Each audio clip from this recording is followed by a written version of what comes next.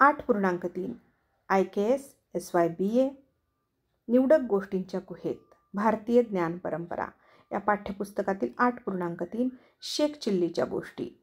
2 शेख चिल्लीच्या गोष्टी आहेत, त्यातली 8.3.1 शेख चिल्लीच्या जन्माची गोष्ट आपण बघूया.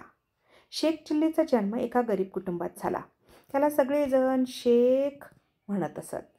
त्याच्या आईला असं वाटायचं की आपला मुलगा मोठा होऊन पैसे कमवेल आणि आपली गरिबी दूर करेल, म्हणून तिने त्याला शाळेत शिकायला पाठवलं.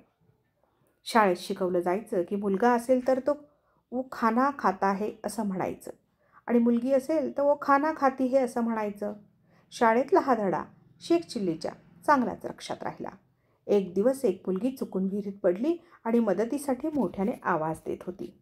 हे पाहून शेख त्याच्या मित्रांकडे आला आणि म्हणाला, ओ मदत के लिए चिल्ली रही है. त्याच्या मित्रांना काही कळेना. मग तो त्यांना विहिरीजवळ घेऊन गेला आणि त्या मुलीला वाचवलं. पण त्या दिवसापासून शेखचा शेख चिल्ली झाला.